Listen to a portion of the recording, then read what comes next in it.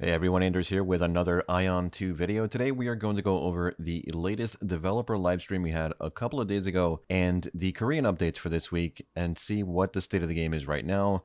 We did have some info on what to expect for the rest of the year, so let's start with what was announced for Season 2 of Ion 2. Season 1 is ending in a couple of weeks, and with it we will be seeing some changes to some core mechanics. For Season 2, we will have new Expedition and 4-star Conquest dungeons, new Raid and Ascension trials, a new Nightmare boss. The next Abyss map will also unlock with Middle Abyss Rashanta. Starting the 4th of February, we will get new Transcendence dungeons with a brand new batch of Arcana we need to grind for. Then on the 11th, a new Abyss mode will release. This will be a casual PvX style mode, so PvP mixed with PvE objectives is my guess.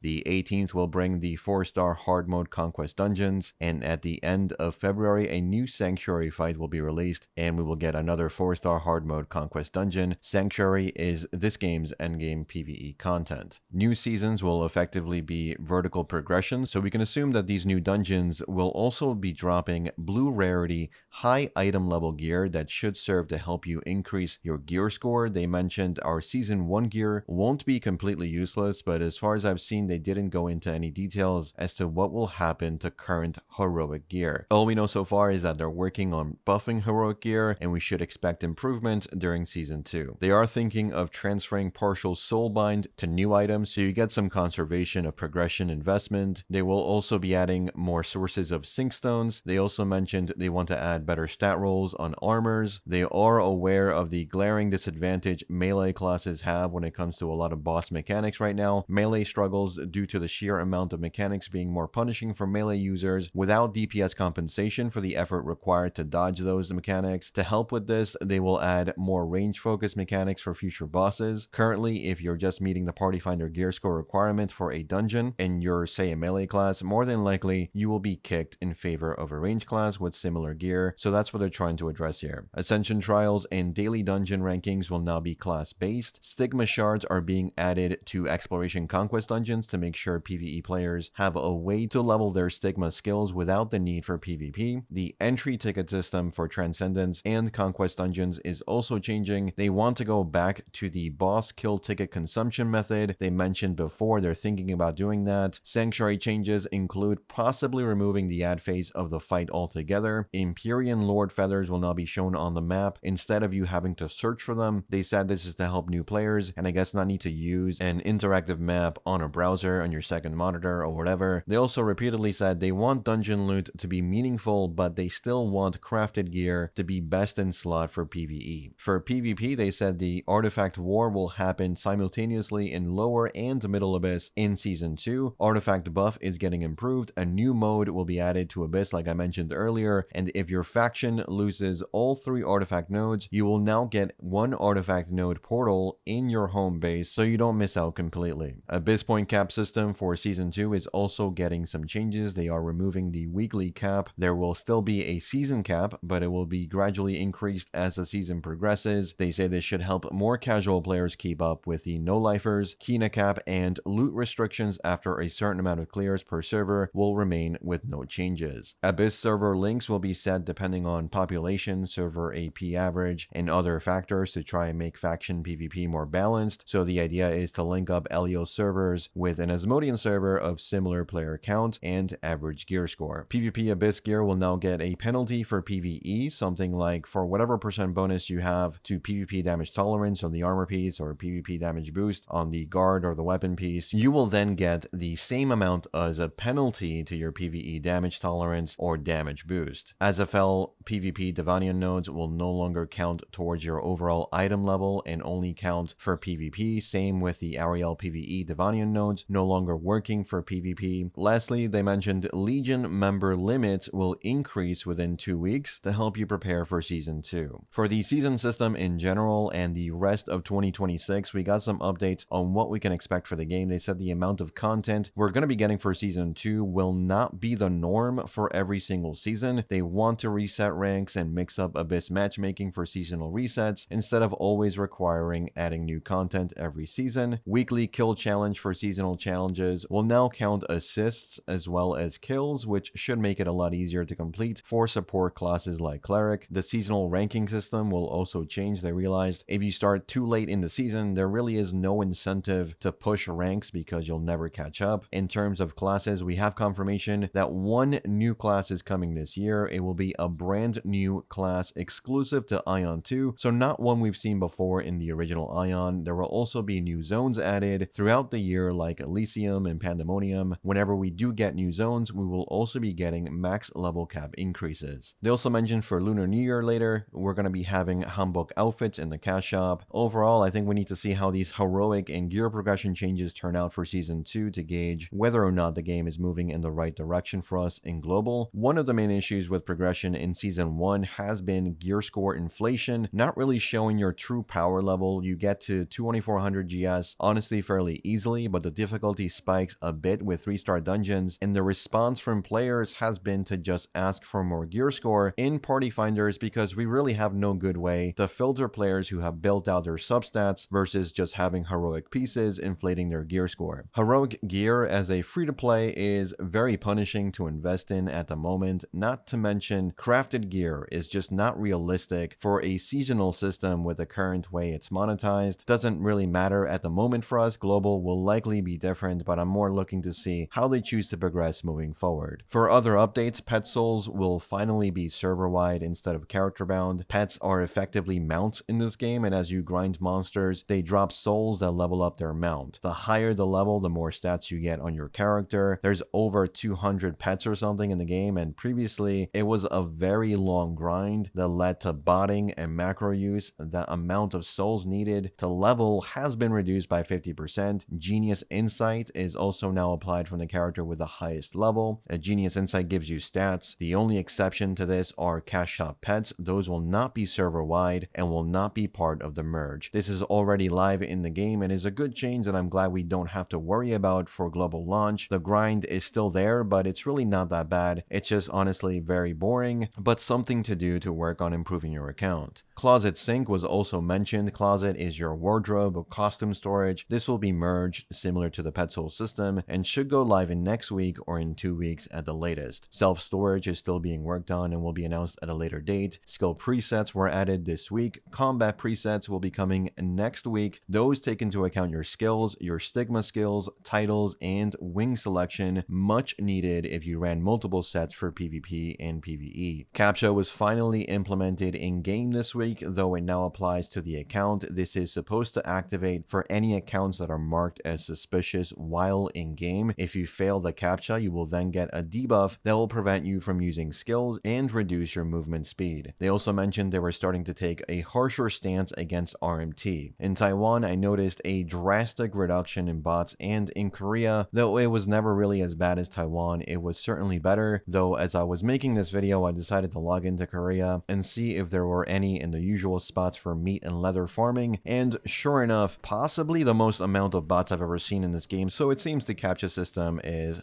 maybe not working as effectively as they wanted. At least the developers admit this isn't the final solution and eventually they'll have to add more restrictions, but honestly I have my doubts as to how effective those will be. They have also changed the grapple impact skills to be able to be countered with Defiance like other forms of CC. Currently, once you're grappled, you have very little counterplay, so this should be a good change overall. They have also made changes to any trait on a skill that had a 7% chance to activate on attacking a CC immune target. If your class had this trait, it has been replaced with something else like more damage dealt to CC immune targets or something along those lines. For class balance, any class that had those CC immune traits had those changed, and Gladiator, Templar, Chanter, Cleric, and Spirit Master, or Elementalist as they call it, all received additional changes. I have the full list of changes on my Discord, as always, if you're interested. Next week, we are supposed to be getting a Ranger and Assassin balance changes, likely buffs for both those classes. For Abyss, we had some artifact core stat increases this week.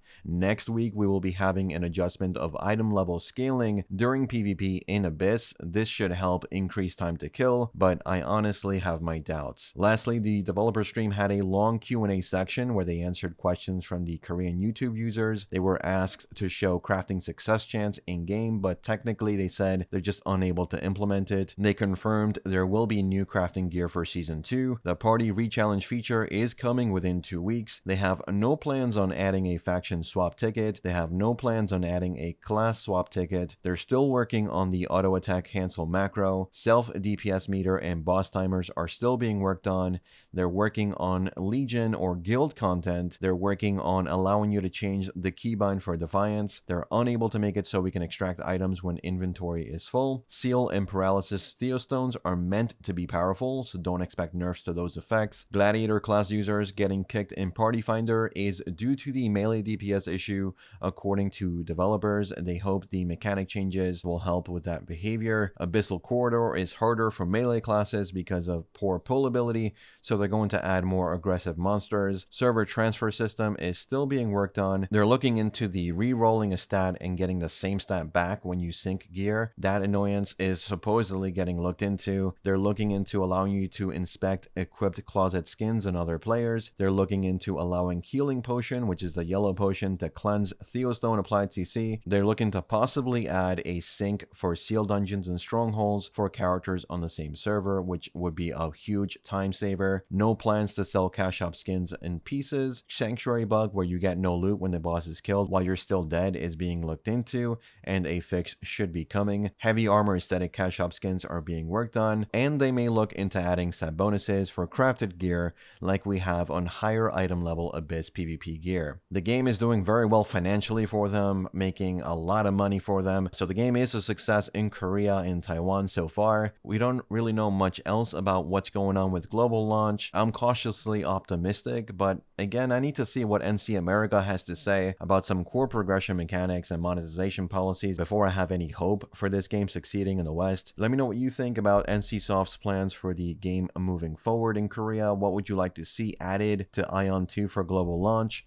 Let me know in the comments, and as always, thanks for watching, thanks for listening. I'll see you all in the next one. Take care.